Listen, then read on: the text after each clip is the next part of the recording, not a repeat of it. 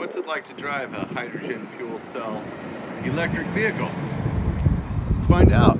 2019 Hyundai Nexo.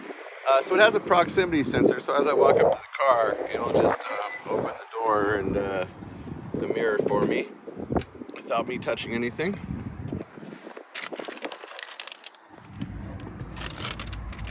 There we go.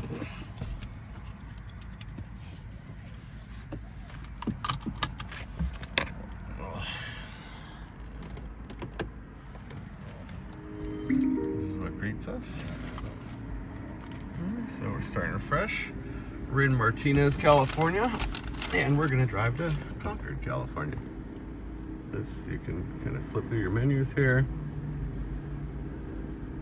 but this was your pretty standard driving menu, and then your entertainment you can flip up and down.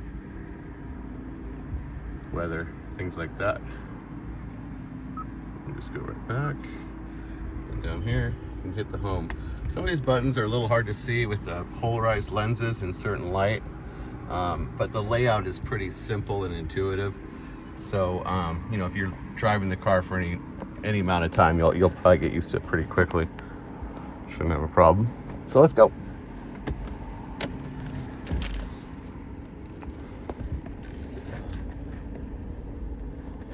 Again, it's just it's an electric motor, so it's going to drive like an electric car. The difference is that instead of you know, your traditional battery, lithium-ion, lead acid, or whatever, there's a fuel cell. It also has a battery as well, but there's a fuel cell, and the fuel cell creates electricity with the hydrogen. I've gone over it in the previous walk-around video I did of this car. So you put on your turn signals, and you get a display in the dash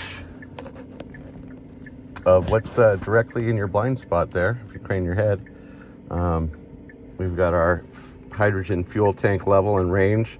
Tells you where the nearest station is. I don't know if you need to calibrate this. There is a Blue Link app for the for these cars, and it tells you things about hydrogen, where you can get your hydrogen at, the status of each station, because sometimes they do go offline or they're out of hydrogen, but also stations in your area. Now I know there's a closer station because I've been to it, so I don't know if you have, I don't have the app, I haven't downloaded it because I'm selling this car, but if with the app, it might check your location and give you the more accurate places. I sold this guy that truck. So we're in Martinez and we're heading south on Morello. And again, car is very quiet. It drives just like an electric car, although if you can see the display here, it shows you, I think you're using the electric power, you know, very little, like 0 to maybe 10 or 20, and then the hydrogen kicks in and starts powering the electric. If you run out of hydrogen, it does give you about 2 miles, a mile to 2 miles of electric range to get yourself to a station. So that's cutting it close. So we're just gonna cruise along here. Our entertainment stack is right up here. Then we got our climate controlled underneath that. And then we got our driving controls down here. Transmission, emergency brake, parking brake I should say.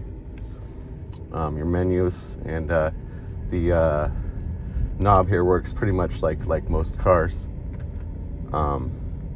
It clicks left and right and scrolls through, and you hit it to enter. So pretty good display. Up here where you would normally have your shift handles, it has the level to regenerate the backup battery. So there's level 1, level 2, level 3. I need to read the manual to know for sure, but my it seems to default to level 2. My understanding is that the higher regeneration you have, you're going to use a little more hydrogen because it's working a little harder to push more charge into the backup battery. I could be wrong, or it could be the opposite of that. Again, I'll have to read the manual to know, or if you decide to buy this vehicle or a vehicle like it, you can find out.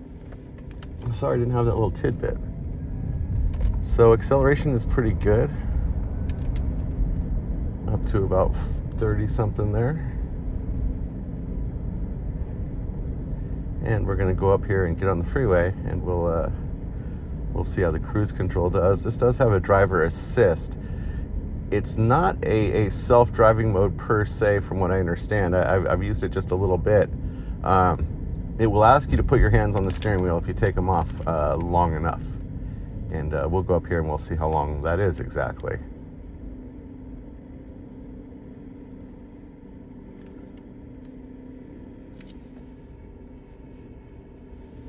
So we have our standard controls here on the steering wheel. Over here, radio, switch through your Bluetooth. It has satellite radio. It does still have AM radio. I hear they're taking AM out of certain cars. There is a national emergency alert system that's tied to AM radio, so I'm not sure how that's going to work out, but we'll see. So we're coming up here and we're going to be heading on Highway 4 east. Again, the blind spots display is pretty good. I still find myself looking over my shoulder. I couldn't quite get full throttle there. Let's see if I can sandbag these guys a little bit and punch it. All right, let's go. That's full throttle.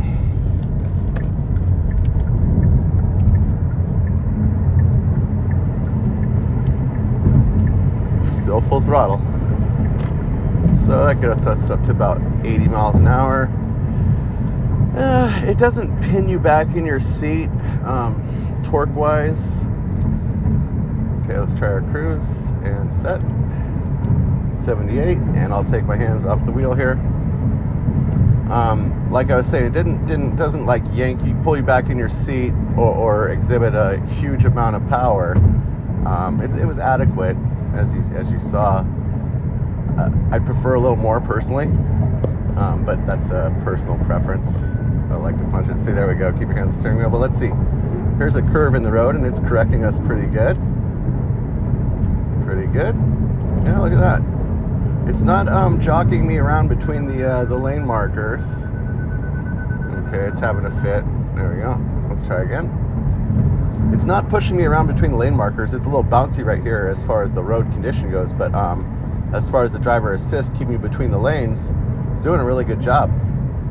I tried it on this freeway heading the other way a week or so ago, and I made it quite a ways. I would put my hands on the wheel every so often, as you can tell, at once. But I went about 10 miles or 12 miles or so with barely touching the wheel or the gas or brake. Now let's see if it corrects us. There's a car there. Let's see if it does it. It does it. Hey, we made it. Don't try that at home, kids.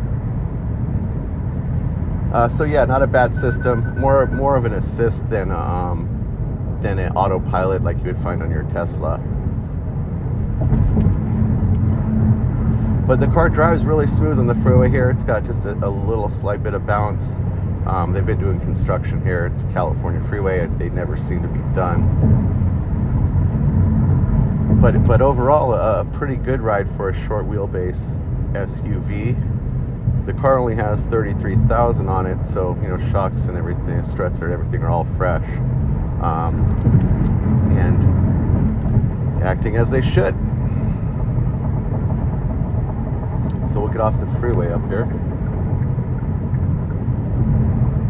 and I haven't touched the brake or the gas. That's the adaptive cruise control that slowed me down. We had it set at 78. I got behind this here truck up here, and it took me down to 70. And I'm guessing when I get off here, it'll accelerate me back up. There it goes. And I think we probably hit 78 through this little turn here. Car handles pretty good.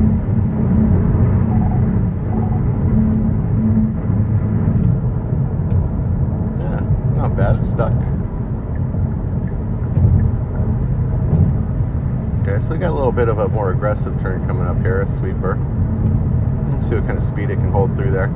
We'll probably take it off cruise control and give it the throttle for some modulation. see how it does. Pretty good handling. Not bad. And we got a slow poke. There we go.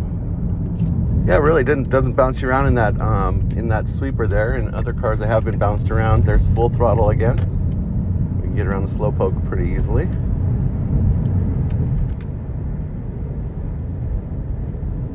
Drives pretty good. Like I said, if I could change something, I would probably want a little bit more of that initial passing power. Not the off the line power, not the leaving a stoplight power. More like the 50 to 70 kind of power. It seems to just be a little lacking there. But around town power is very good, as electric motors tend to be. Handling manners are nice. See that? Cuts in sharp like that. It doesn't wiggle too much. And keep in mind, this is not a performance car by any means. It's designed for the future, right? Hydrogen, design exercise, they would say in design school. This is engineering exercise. That's the word I'm looking for. With the hydrogen, new technology. So we'll just do a quick residential cruise right here, so you can see how it is driving home from work. And again, if that's what a lot of people will be buying this car for, short commutes and things like that. And so you saw a pretty good example of a very short commute, but how it handled on freeway. Coming up on an off-ramp, it handles fine and accelerates fine. Like I said, it's just not a barn burner, but I've been riding around motorcycles lately, and you're just used to instantaneous, a lot of power up there. But this has more power than I'd say some of the earlier Priuses I've driven, and those are pretty quick, surprisingly enough. So this has either more or equivalent. I think this poor guy is trying to get into his driveway. It's Memorial Day today, by the way, when I'm recording this, so people out. So yeah, see, it leaves the stop sign pretty good there.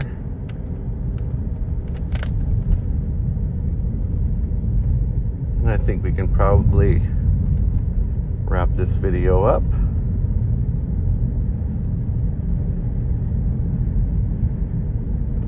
Second here. Go to the park. The park's a nice place to wrap up a video.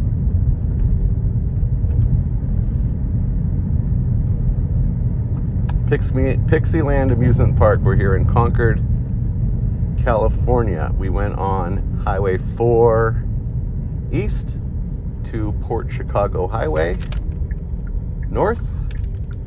And now we're here in the city of Concord at the park on Memorial Day, driving a 2019 Hyundai Nexo fuel cell electric vehicle. There's our stats: 7.7 miles, 45.3 mpge.